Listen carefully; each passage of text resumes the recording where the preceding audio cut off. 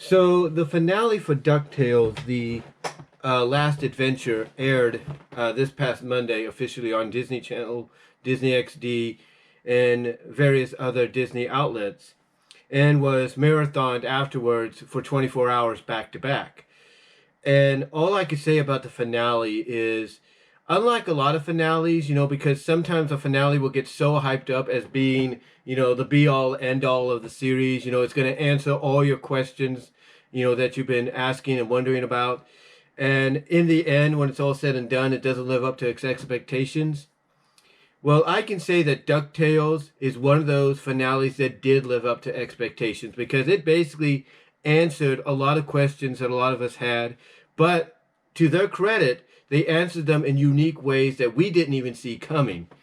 And everything that was hinted at, thrown at us, shown to us throughout this entire third and final season, as well as throughout the previous two seasons of DuckTales, all culminated into this finale because a lot of things were finally answered. A lot of things were, brought up and answered in ways that were surprising, and even to not just to the characters but to the viewers as well. And that's one thing about a finale, a series finale, that it should do. Whether it's an hour-long series finale, or in this case, it's a 65, near 70-minute movie finale without commercials, or 90-minute movie finale with commercials. That's what a finale for a series should do. If it's got a lot of questions fans want answers to, it should give you those answers, but do it in a way that even, catches you off guard as a viewer. And that's what DuckTales did. For example, and there will be spoilers here in case you guys don't know that already. I'm sure you do, because a lot of people that have already talked about this finale have pretty much spoiled what's been going on or what happened. But basically, one of the questions that a lot of fans have been, wondering about, and asking, for quite some time is, how did Della know about the Spear of Selene, about that ship that Scrooge was building, that she basically took into space and caused her to get, trapped on or stranded on the moon afterwards, after she was, caught up in this electrical storm and everything. How did she know about that? Well, we find out that it was Bradford. Bradford's the one that basically threw out the acknowledgement somehow to Della about the existence of the Spear of Selene. That's how she knew about it. And, for viewers like myself, just like Scrooge himself in the show, it was a surprise. Like, oh, okay, that I didn't see that coming. I didn't see that coming as an answer to one of our questions. But yeah, basically, it was Bradford that caused Della to find out about the Spear of Selene, thus causing her to get lost in space, or thus stranded on the moon, as we found out in the first season. So, yeah, that was one question we got answered. One question we got answered. But the biggest question of all that we got was about Webby. Because throughout the third season and somewhat in the second season, or towards the end of the second season, we started to get some kind of closure or near closure for, the boys, for Huey, Dewey, and Louie, and what their purpose in life was going to be, or destined to be. But the only other character, I should say, out of that foursome of the kids that we didn't get answers to, or didn't get a resolution to, or anything just yet, was Webby.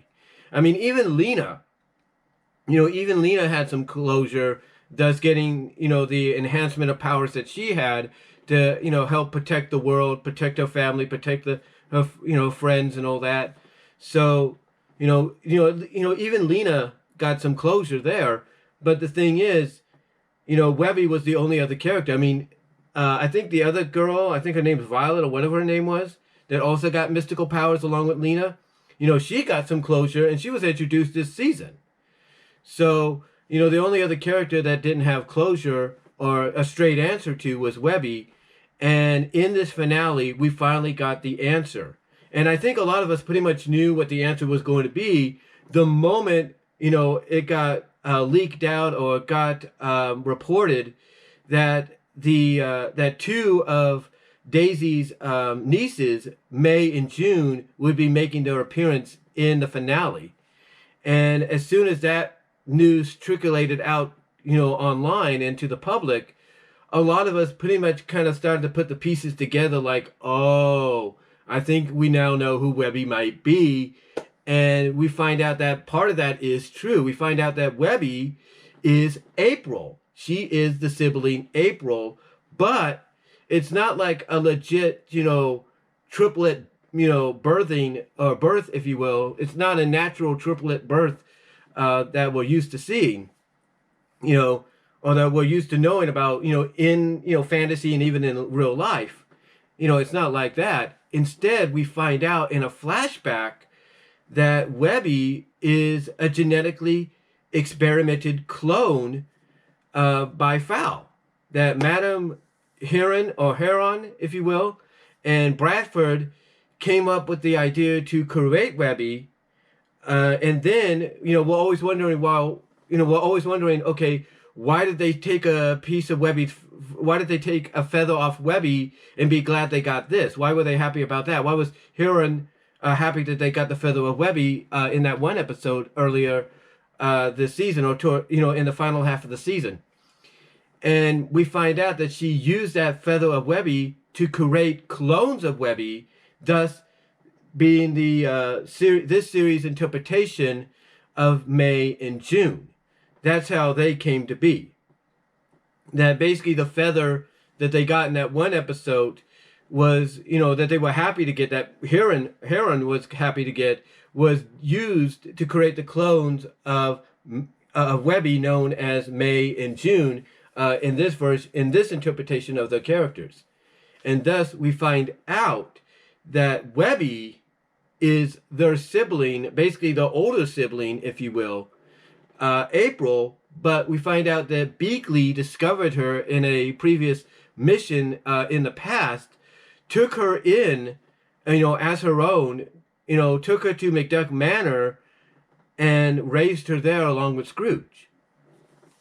So, basically, Webby, along with the rest of us, finds out pretty much, again, like I said, what we all kind of figured could be the strongest possibility, even before May and June were announced for the finale, which really kind of helped us, kind of really start realizing that, yeah, this might be where they're going, even though it's predictable, or even though we saw it coming along ago.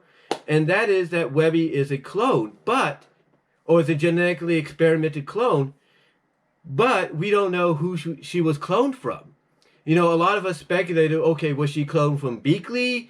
Was she cloned from Heron? Was she cloned from, somebody, from her parents, her mom? Who is she a clone of? And we find out towards the end that Webby is a clone of Scrooge himself. That's right. She's a clone of this character himself. And the reason we find out that she's a clone is because in one of the earlier episodes that flashes back to some of Scrooge's earlier adventures when both Della and Donald were kids, basically about Webby and the boys' age, Scrooge took this parchment called the papyrus, if you will, which basically makes anything that people, put on it and then sign with their signature a reality, for whatever reason. He put on this papyrus, on this parchment, he said that the only way this parchment can be found and located or brought back into existence is by a direct descendant of his own. And he didn't know that direct descendant of his own was Webby, because he didn't even know that Webby had been cloned from him until the very end. He didn't know that. He didn't know that Webby had been cloned from him till the very end. Now, she didn't flat out say, yeah, I'm your daughter because they cloned me from you. Basically, being on a lot of adventures throughout his life, he pretty much figured it out. It's like all the pieces came together.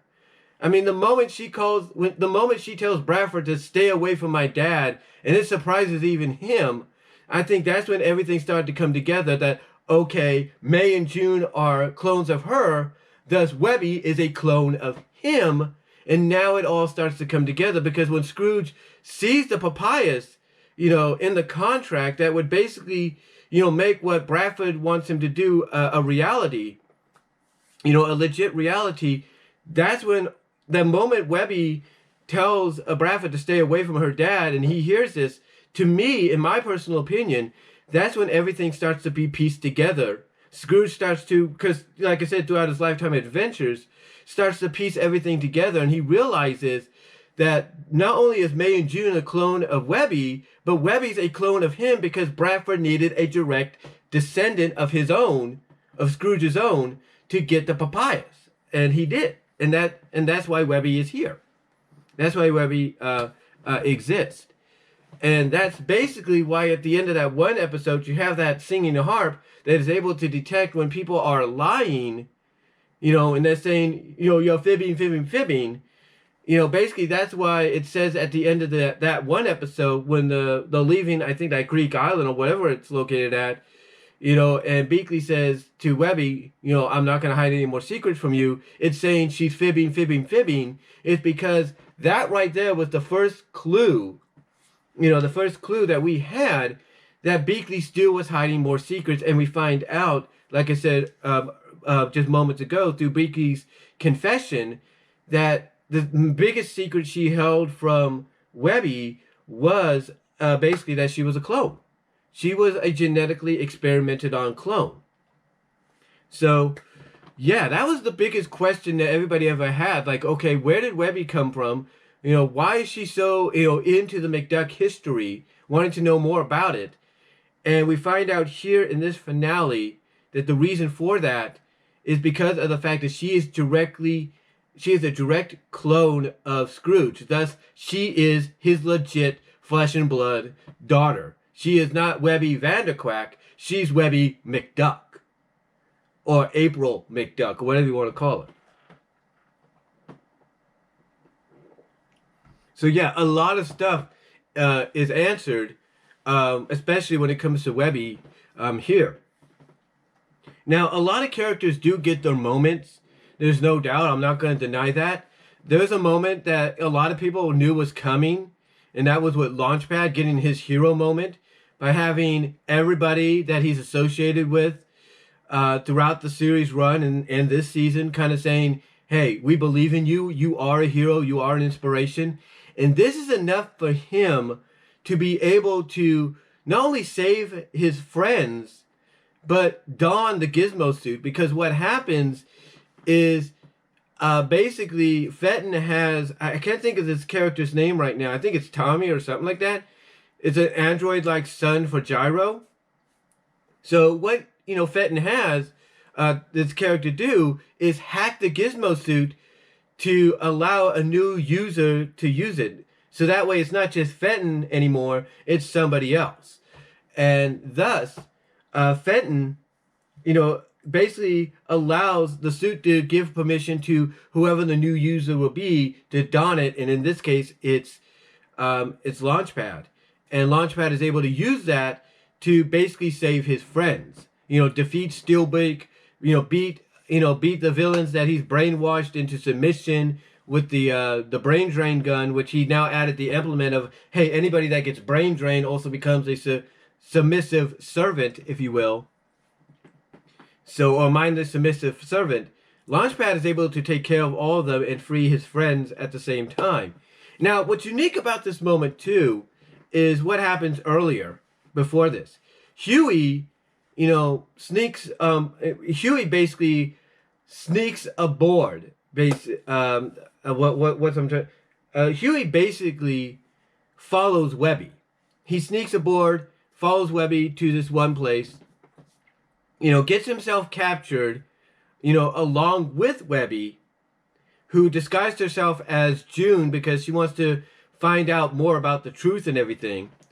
So Huey ends up being confronted by Bradford, who we find out was the very first Junior Woodchuck, thanks to the fact that his grandmother was the first head of the first, leader of the Junior Woodchucks. Basically she was an adventurer just like Scrooge as well. And she was looking for the artifacts that Scrooge and his family had come into possession of throughout the series and the season. It's during this that, Bradford's trying to appeal to Huey, like, look, we're both kind of cut from the same cloth. We both want answers. We both want to make sure things are good and safe and protected, stuff like that. But what Bradford doesn't count on just yet is Huey finding out the real truth. And what he finds out is he goes into this room and he sees all these boxes, if you will. And this was alluded to. This was kind of hinted at when Launchpad was bringing it up. Like, oh, what if, what if the what if FOWL is planning to put everybody into boxes and and all that. So even though they found that to be ridiculous, it actually was something that, became a reality, became legit, if you will. So, long story short, Huey goes into this room and he spots Ludwig von Drake. And he spots Gandra D. And we find out that they, along with everybody else that's there, is being kept there and planned to be basically erased from existence. And Gandra and Ludwig basically let Huey in on this. Like, this is what Bradford has in mind. It's not just, to eliminate Scrooge, but it's to eliminate Adventure basically from existence. But it's to eliminate the entire McDuck family and anybody associated with them. And the moment Gandra says, exactly what the plan that Bradford has is, you see all these boxes light up, and you see every character that's appeared throughout the Ducktales series and this recent season, including Kit and Molly. Yeah, Kit and Molly ended up getting captured. The Santa Claus in the Ducktales universe gets captured. The Greek gods that were shown in the series get captured. Goldie, yes, Goldie is there. She gets captured. The villains, as I just mentioned moments ago, they're captured. The Rescue Rangers get captured. Anything that has to do with adventure or associated with adventure is captured and kept in these boxes, till, Bradford executes his plan to erase anything associated with adventure. And this was like the moment this scene came up, and the moment we saw more of the characters during the Launchpad hero moment, the moment we saw all the other characters that have been in the series, even including mostly this season, be shown to be in these boxes. That's when it became apparently clear to me, and I'm sure a lot of you. And then we get and the last shot, basically one of the last shots, after the battle with Bradford is concluded. Along with that shot, the revelation that you have all these characters, especially some of the Disney Afternoon characters. And then, like I said, the last shot after the battle with Bradford is over, kind of basically, in my opinion, from my perspective, made it very clear that it wasn't just FOWL. It wasn't just Bradford and FOWL against the McDuck family and the McDuck family and Scrooge himself, and any allies they may have. But it was basically Bradford and FOWL against the Disney Afternoon. Think about that. Rescue Rangers, Tailspin, Kit and Molly, references to the gummy bears, if you will. All this that's been talked about, associated and seen throughout the series run and this season, basically, in my opinion, in that one moment, when we see everybody else that have been captured and everybody else later on during Launchpad's hero moment, and then that one of those closing shots after the battle with Bradford, basically made it perfectly clear to me it wasn't just a battle of FOWL against the McDuck family and their allies and all that, or those very close to them, but it was a battle of FOWL against the Disney Afternoon. Because the Disney Afternoon, when you think about it, represents, all the characters that were involved here, Disney Afternoon-wise, represents adventure. It represents adventure, and that there is the main reason why Bradford wants to, defeat Scrooge, wants to basically beat Scrooge, if you will, because he's sick and tired of Scrooge adventuring. I mean, he even points out that everything that's been associated with, you know, moments and stuff throughout this season and in the previous seasons, and throughout the continuity or the timeline of the Scrooge McDuck lifetime timeline, if you will, in the series, has all been centered around because of Scrooge's involvement. You know, he blames him for everything that, you know, he puts the blame on him for everything that's happened.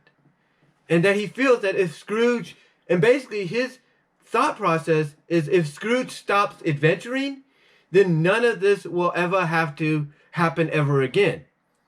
Basically, in the long run, as crazy as it sounds, and maybe stupid as it sounds to some people, Bradford's plan, and I think we kind of got alluded to it, you know, at the beginning of this season, the end of last season and all that, and even throughout the series, Bradford's plan basically is that, you know, he just wants Scrooge to be an average business guy.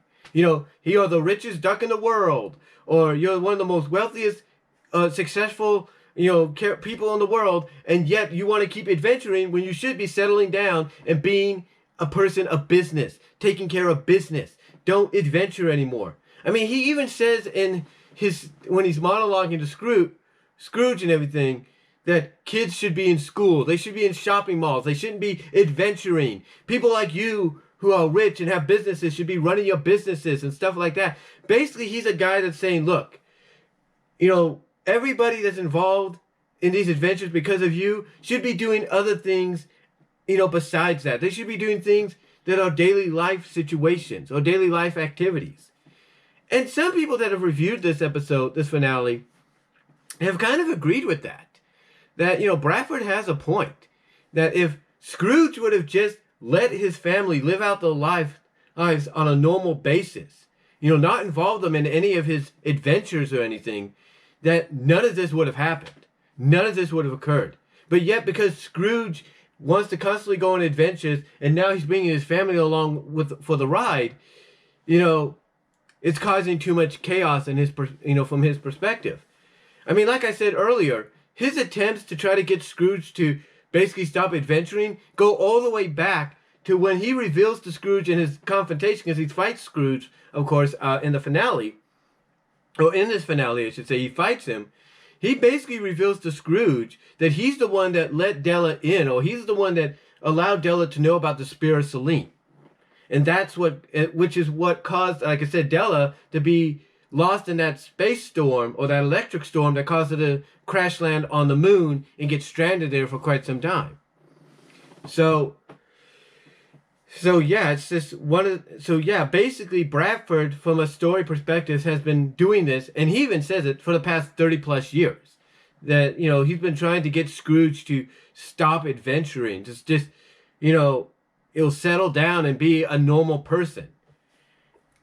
And, you know, basically his plan is to take anything adventure-wise and erase it from existence to make sure that, you know, there's no more, in his perspective, there's no more chaos.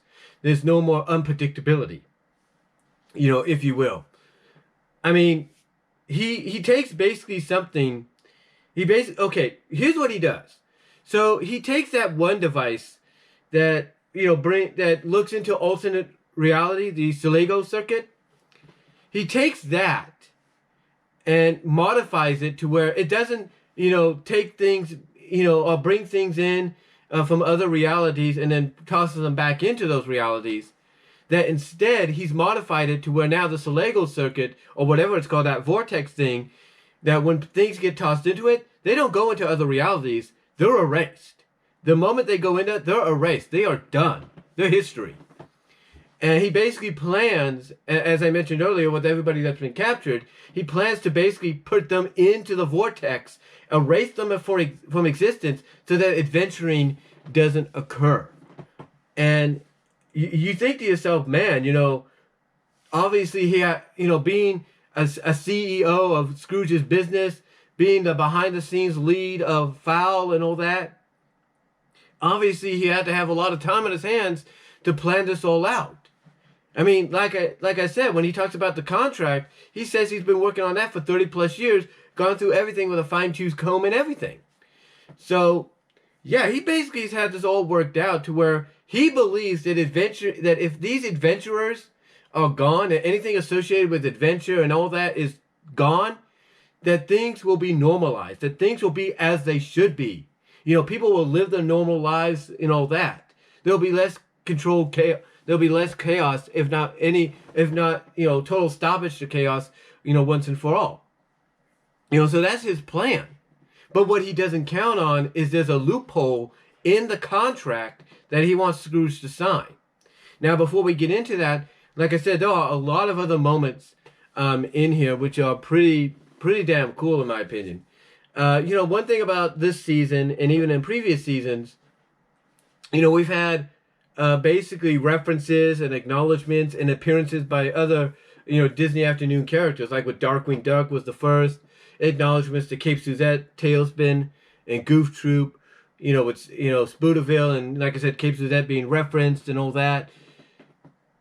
And even Bonkers showing up in the, the highlight reel, not highlight reel, but the video footage of basically the fearsome the fearsome trio from the universe, the alternate universe where the Darkwing Duck show is a reality, if you will. Basically, they they bring him in, and like we said, as we saw in the, I was trying to think of what I was going to say there. As we saw in those video footage, the police footage or news footage they showed in the Let's Get Dangerous Darkwing Duck Ducktales special / pilot for the Darkwing Duck series, potentially down the line. They brought him in. So you look at the fact that, okay, they found a way to bring Bonkers in. They found a unique way to reimagine the origin of how the Rescue Rangers came to be. They brought Goofy in, for some slapstick reason, because the genie said, of course he's here. Ever hear a slapstick or something, or special guest stars or whatever? So Goof Troop, with Goofy, like I said, they found a way to bring the Rescue Rangers in. Later on, Kit and Molly, they reimagined how the Wuzzles came to be. So you're thinking, and then of course, like I said, they found a way to bring Bonkers in. So you're thinking, okay, what else could they find a way to, what other Disney Afternoon property, I should say, could they find a way to bring into the series? What other Disney Afternoon property that we don't expect them to bring in into the DuckTales universe could they do?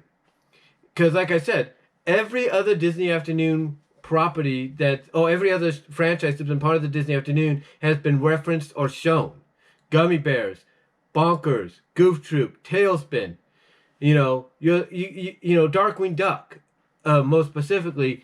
But now you're thinking, what else? What is left, right? And then we get this moment. We get this moment with that headless horseman that has the statue of Scrooge's head on him, right? And we find out that this horseman is actually a spirit. It's actually, I think it's some kind of spirit that inhabited the horse basically at the beginning of the series. And it's been inhabiting it since then. So, you're wondering, okay, who is, so you're thinking, okay, basically that this headless horse that has the head of Scrooge, or the head of the Scrooge, the Scrooge McDuck's head on its body, which is basically the statue head of Scrooge. You're thinking to yourself, okay, he's a one-off deal. He's a joke, right? Even if he shows up and plays some kind of role, it's not going to be that big, right? Well, we find out that the spirit that inhabited that horse with the Scrooge head on it, it had a power that it said it would never unleash again. It would never unleash. And again, I know I sound like I'm rambling here. I do apologize. This is what happens when you do things unscripted, like I like to do, and like others like to do at times. But, like I said, with all the other Disney Afternoon properties that they've referenced and showcased in this show throughout its 3-year run, or 3 to 4 year run, you would say to yourself, okay, what is left? Guess what's left? Guess what they do with this horse, this headless horse that has the statue head of Scrooge on it, which basically is possessed basically inhabits the spirit of this mystical being or whatever it is that the Phantom Blob knows about. What is this? What is the one property you wouldn't think they would reference? that they would actually reference and bring to life here. I'll tell you. Because when people put the clip of this on there, I was like, what in the name? And even comicbook.com talked about this. It's the one reference that nobody saw coming. The one Disney afternoon show nobody thought would find its way into Ducktales. And I was just blown away by it. It was none other than Gargoyles. Gargoyles. Yeah, Goliath. Keith David himself. Keith David, the voice of Goliath, makes a surprise cameo guest appearance in Gargoyles as this headless horseman that unleashes the power he said he wouldn't unleash. And when he does unleash it, you hear the music of Gargoyles. And I can only imagine people's reaction when that happened. I hope people recorded it, because I could see them going like, no, no way. Because that was my reaction. That was my reaction. When people put the clip up, because it came out, I guess some people got access to it early or something, I don't know. But I had to rewatch it myself later on. And I was like, no, no way. No way did they just do what I think they just did, but they did. They brought in a DuckTales version of Goliath into Ducktales. That was basically that right there. Out of all the Disney afternoon references or acknowledgments that you would think they possibly couldn't pull out of their hat anymore, they go there. And it's like, and he uses the saying, he says, I live again. It's like, oh, whoo. It's like, again, out of all the references, that blew my mind. And that pretty much gave fans, in a sense, that moment that they knew, in the original 90s Disney afternoon run would never happen, unless it was in fan fiction. They gave it to them right here. They gave it to them right here. It was amazing. It was amazing.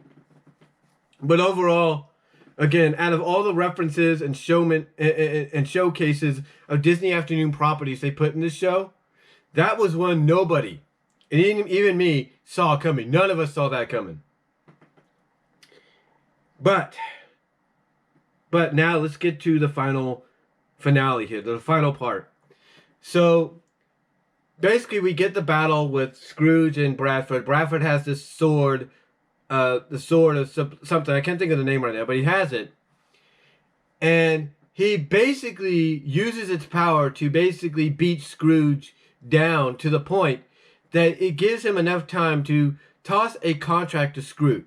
And like I said, the parchment connected to the contract is the papyrus.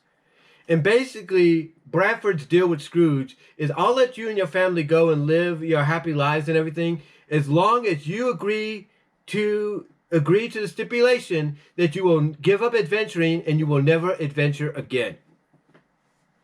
And Scrooge, basically to protect his family, even though they're reluctant against it, agrees. He signs it. He gets bound by this chain. This chain and everything. And then Bradford decides, you know what? I don't really, indulge in villainy, but just this once I'm going to indulge in it. He grabs Donald and then tosses Donald into the vortex, but Donald doesn't die. He doesn't die in the Solego vortex. I'm just going to call it that. He doesn't die because Gyro, along with Gandra, get free. And they are able to hack into the system and shut it down. Now, before this, of course, when he presents the papyrus to Scrooge and basically says that this is going to, once he agrees to it, it ends adventuring once and for all. Scrooge tells him, well, if that's the case, you got to get rid of your own henchmen to make that happen. You got to erase them from existence. And guess what he does? He takes the other two vultures that were like, I guess, co-CEOs or co-executives or whatever in FOWL and the FOWL organization as well as Scrooge's business. He takes them, tosses them into the vortex. They get erased. Then he takes Madame Heron, tosses her in, and she actually is impressed by this, saying, "I knew I'd make you into, a true villain," or something like that. She says something along the line that, this is, because basically when she's falling into the vortex, she's impressed that, Bradford's showing this true villainy. But yet Bradford is trying to make it perfectly clear he's not a villain, that basically all he's doing is trying to bring, he's trying to bring less chaos to the world. He's trying to bring order to the world so that, everybody can live their lives the way they should. And what happens afterwards, like I said, when he tries to do the same to Donald and it doesn't work because it's hacked into, the thing is shut down by being hacked into, you have Bradford get confronted by everybody that shows up. And the reason Gandra and Gyro and even the boys are free is because of May and June. Because May and June see exactly what he's done to the mom, and Webby has to tell him, look, family is always there for you. Family are the ones you truly fight for. And I guess that's enough for May and June to realize that, Bradford was never their family. FOWL was never their family because he wouldn't have done what he did to the mom. I'm assuming Heron, did look at them, despite her actions at times, as legit daughters, like the daughters she never had. So, anyway, long story short, they get free. Bradford's upset, and he's like, no more adventures. And he tries to put the finishing blow on Webby. I mean, not Webby, but Scrooge. And that's when Webby, that's what I was trying to say, that's when Webby shows up, stops him, blocks his attack, and says, you get away from my dad. And then this, again, like I said earlier, shocks Scrooge, because he's like, what? And as I mentioned earlier, that's when I believe, in my opinion, all the pieces started to come together in Scrooge's mind, and he realizes, the only reason, Bradford got the papayas parchment was because Webby is Scrooge's direct descendant by being cloned from him. So, yeah, Scrooge is able, in a sense, when you think about it, throughout all his lifetime of adventuring, is able to quickly piece able to piece all the pieces of the puzzle together, piece everything that's going on together, just like that. And he realizes that the reason Webby's saying that is because Webby was cloned from him, and that's how Bradford got the papayas parchment.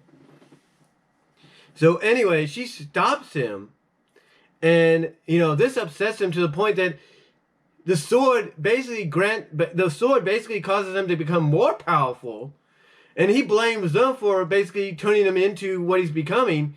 And Beakley and Della try to hold him down with a rope or chains or something like that. And Beakley's like, this sword only amplifies who you are inside. And Della's like, you did this to yourself. In other words, what they're telling him is that you could say you're not a villain, but this sword amplifying you into what you are now, or making you become what you are, you could say you're not a villain, but this sword is telling you otherwise. It's telling you otherwise. So basically, they try to hold him off. They fail. And then he tries to shoot one more beam at them and Scrooge. And Donald shows up. He blocks it with some kind of, I guess, a piece of the building or something. And then all the other family members, get behind, Donald. And then that's when the boys, Huey, Dewey, Louie, and Webby come up, or basically figure out the solution of how to get out of the contract, how to get, Scrooge out of the contract, when they basically realize that, Scrooge can't be adventuring. That is true. He's agreed to that. And he has to be with his family in return. And basically they come up, and everybody that's reviewed this already has said it's kind of ridiculous, but it kind of falls into the category of the ridiculousness of Ducktales sometimes, and how they're able to figure things out, even in the original. And it's here where they figure out a way to get, Scrooge out of the agreement of the contract by telling Bradford that, yeah, you say he can't be adventuring anymore, and he can be with his family, but family is the greatest adventure of all. Which, in a sense, is ridiculous, a ridiculous way to get out of it, a ridiculous loophole to get out of the contract, but it's actually a true statement in not only fantasy, but reality.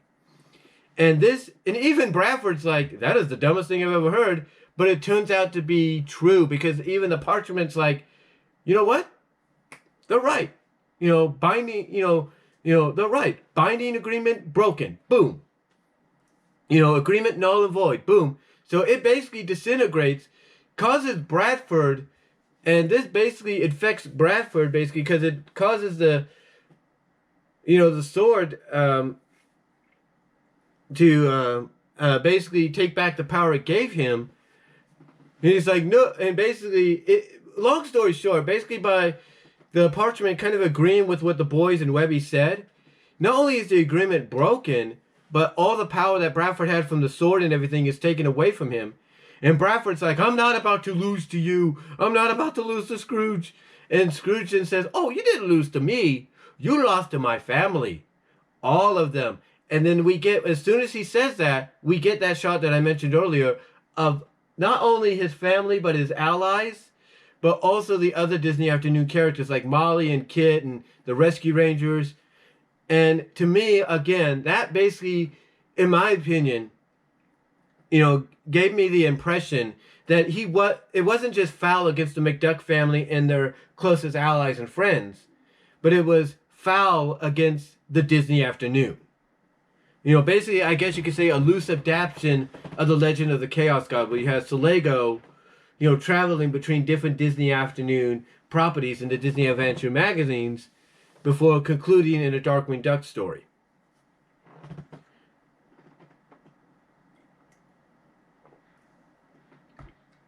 But yeah, Bradford basically, his plans, his 30 years of planning, go up in smoke when he basically doesn't realize that the one loophole that he didn't, plan on, being there, in existence, was that family is an adventure in its own. So that's what basically is able to cause the contract to become null and void. And, basically Bradford's like, he's cowering away because he notices, he's been defeated. And then the moment he cowers away, he turns around and you see all the villains, standing behind him. You see all the villains standing up behind him, thanks to Magica Dispel's magic. They're floating in the air. And they're all basically chastising him, for him, trying to be something that, that he obviously is, even though he's trying to deny it. And when he says, I'm not a villain, Magica's like, you certainly are not. And she uses her magic to turn him into a mindless vulture bird. Yeah, a mindless pet vulture bird, which basically flies to her arms. And then she and the other villains, along with the now mindless vulture version of of Bradford, teleport away. And then that's how that battle ends.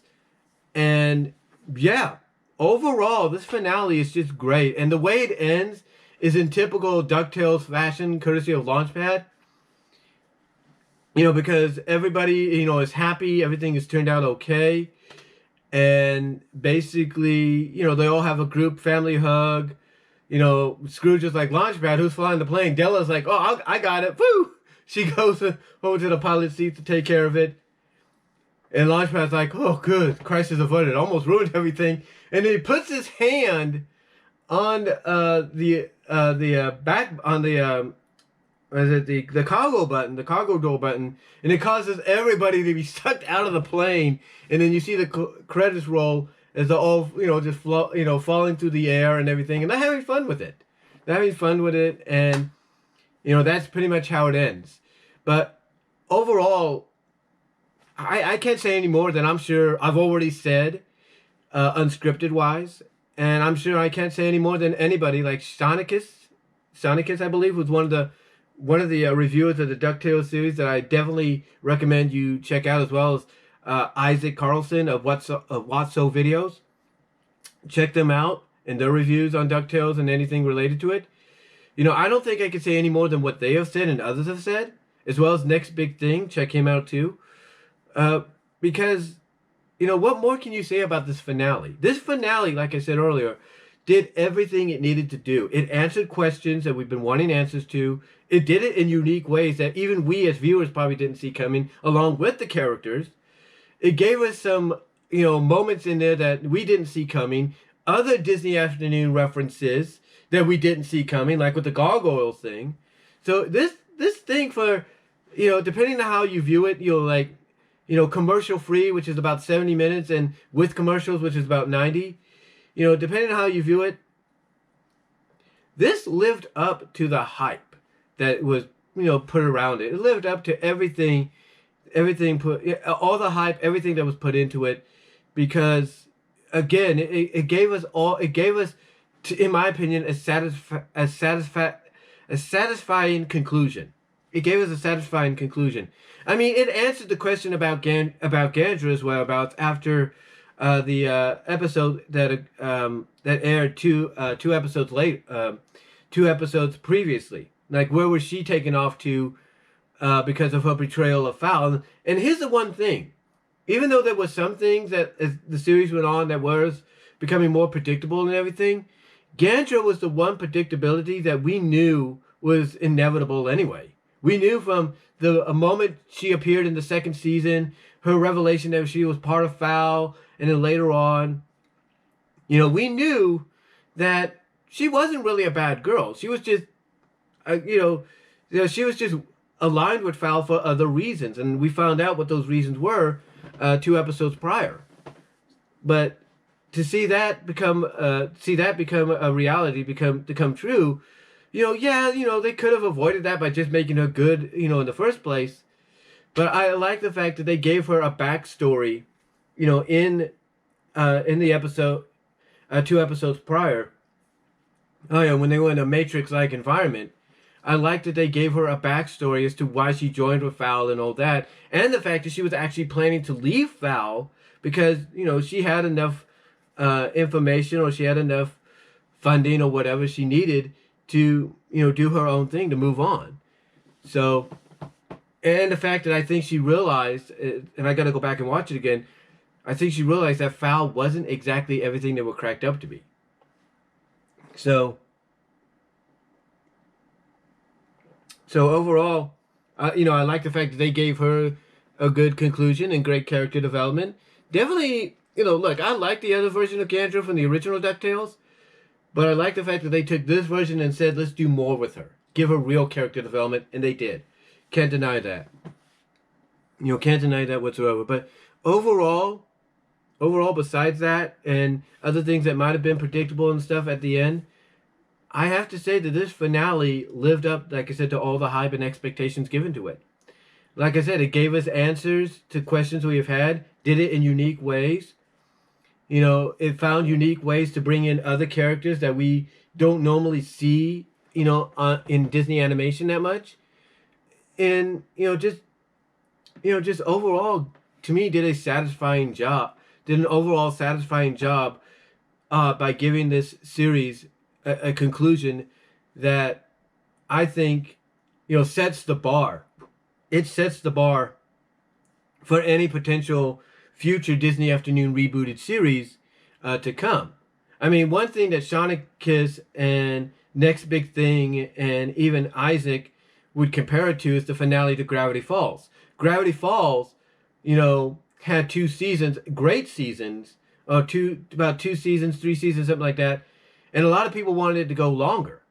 They wanted it to go longer, but when it was decided it wasn't going to go any longer, they gave it a proper conclusion with the Warmageddon 3-parter. It gave it a proper conclusion that a lot of people felt, could not be surpassed. That it's going to take something just as unique and great to surpass it. And when you have the same people behind Gravity Falls, working on this new version of DuckTales, you pretty much got the perfect recipe for potential surpassing. And to a lot of people, that's what the DuckTales finale did. It's the same thing like with Kim Possible. People wanted that one more season and they got it.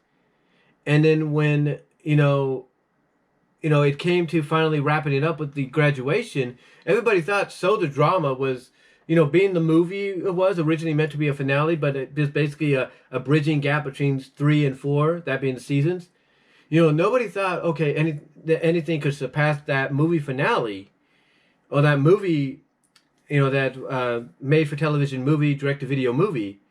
But yet you get Graduation, and it does just that. Graduation flat out does just that, and I thought that was great.